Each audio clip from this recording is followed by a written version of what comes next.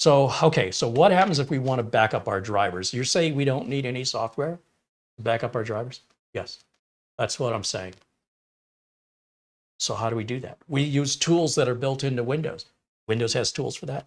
Yes, almost every third-party utility out there has now been integrated into Windows, because that's what Microsoft does. They take other people's great ideas.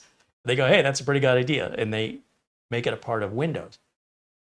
So it doesn't usually have all the bells and whistles and features of all the third-party software, like partitioning and things like that, but you absolutely can do it all through Windows now. So let's see, I've got my utilities disk here, right? This is the flash drive you see me install countless times. And got a little note, little notepad note to myself here on this command. Show you how we do it. Full screen. Go to File Explorer here. Open up that flash drive.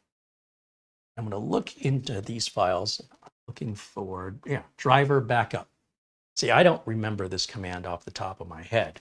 So I just opened Notepad and I copied the command line.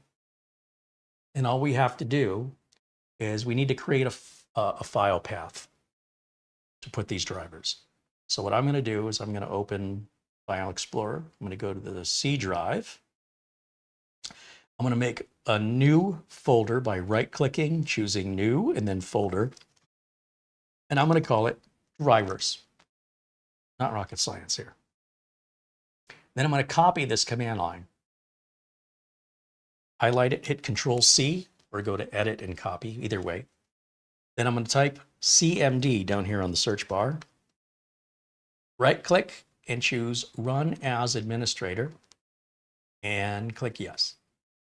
At the command prompt, I hit Control-V to paste that big command line. And where it says full path of our destination, I will put in C:\drivers. Put that in quotes, hit Enter. Now it's backing up all of the installed drivers. No software needed. Not rocket science, okay? Now, when this is done, bear in mind, this could be a fairly large directory. Let's take a look. See how fast that was? Let's close this out because I don't need this anymore, just to back up the drivers. And then we'll go to the File Explorer again, back over to the C drive, and then over to the drivers folder. And let's see how big that is. Properties. That one's not too bad, about 3.5 gigs. I've seen them up to 10 gigs or more, depending on how many drivers are necessary. Now, some of the drivers we're backing up are automatically installed by Windows. So when we're backing up the drivers, we don't know which drivers we need after install and which drivers are replaced automatically after a reinstall. So here's how we deal with this. I will copy, first of all, I'm going to eject my flash drive. Let's get rid of that. Okay, we'll eject that.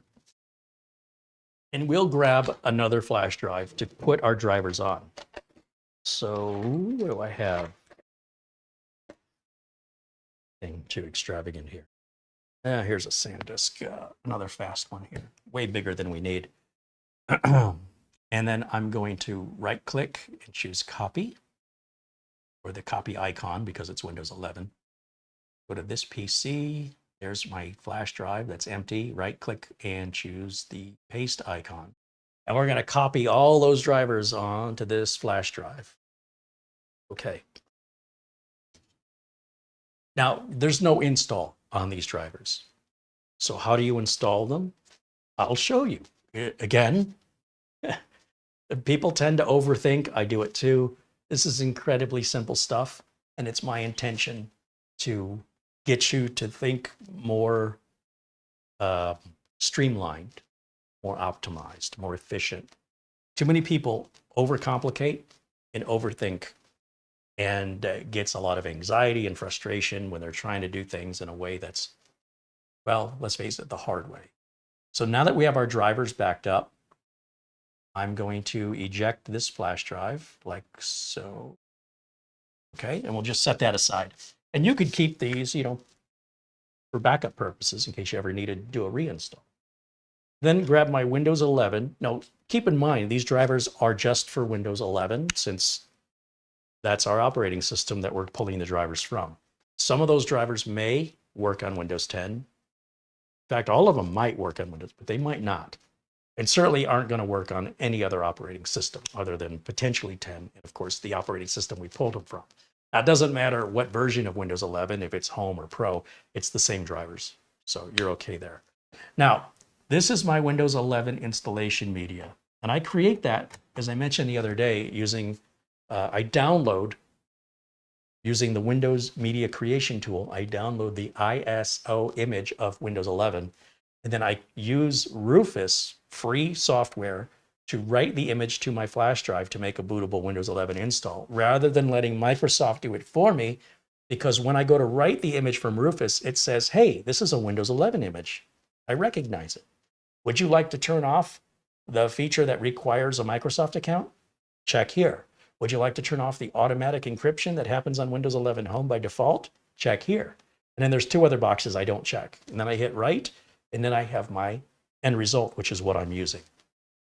So once again, if we shut the computer down, let's close this out, and we just do a basic, straightforward Windows 11 install using Microsoft's media, then when we reboot, of course, we would go to Windows Update to get our drivers, and then any drivers that we're still missing will use our driver backup.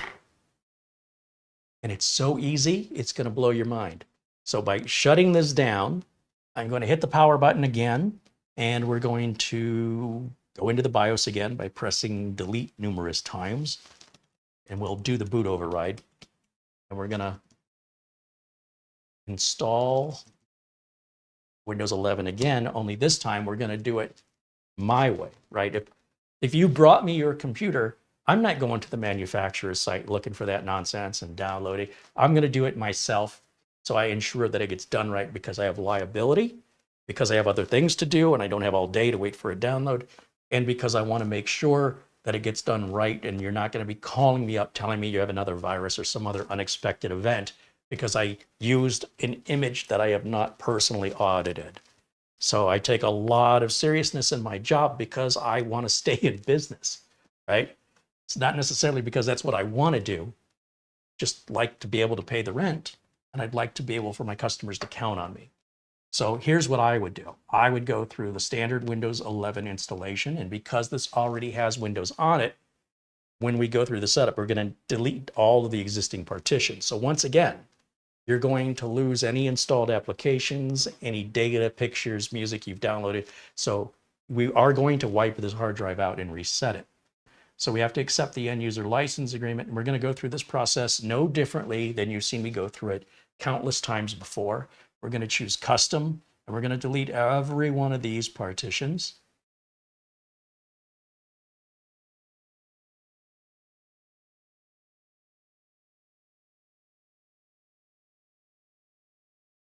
Again, this is the standard install process. All right, so then we'll hit next, and off to the races we go. All right, I'm going to plug my internet cable back in, and I'm going to take my Windows 11 installation media out. Now, it's probably going to go ahead and start downloading updates in the background. That's fine. In fact, some of those updates will probably have drivers that we're going to want, but I'm not going to wait for that because I want to just wrap this video up here. So we're going to just skip ahead to what we would do after we download updates, is look for any drivers that are still missing. The way I do that is I right-click on the Start menu and I go to the Device Manager.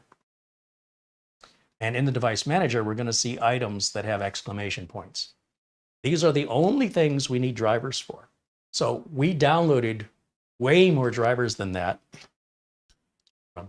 We exported way more drivers than just those 5, 6. I think there's 5 there.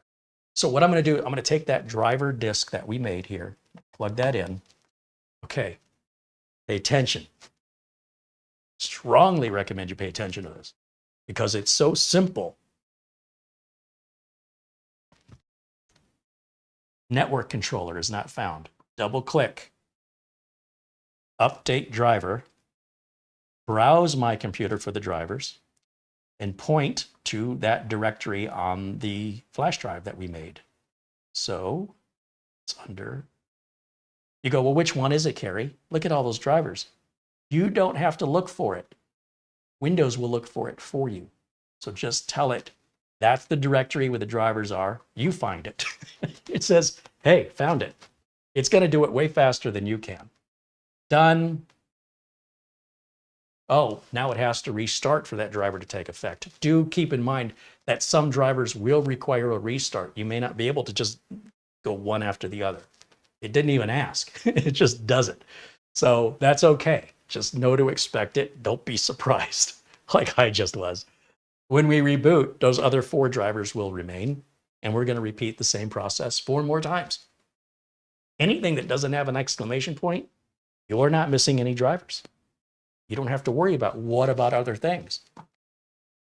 If there were other things that needed a driver, they'd be listed with an exclamation point in the device manager. So once again, back over to the device manager, go to the next item, PCIe device or PCI device.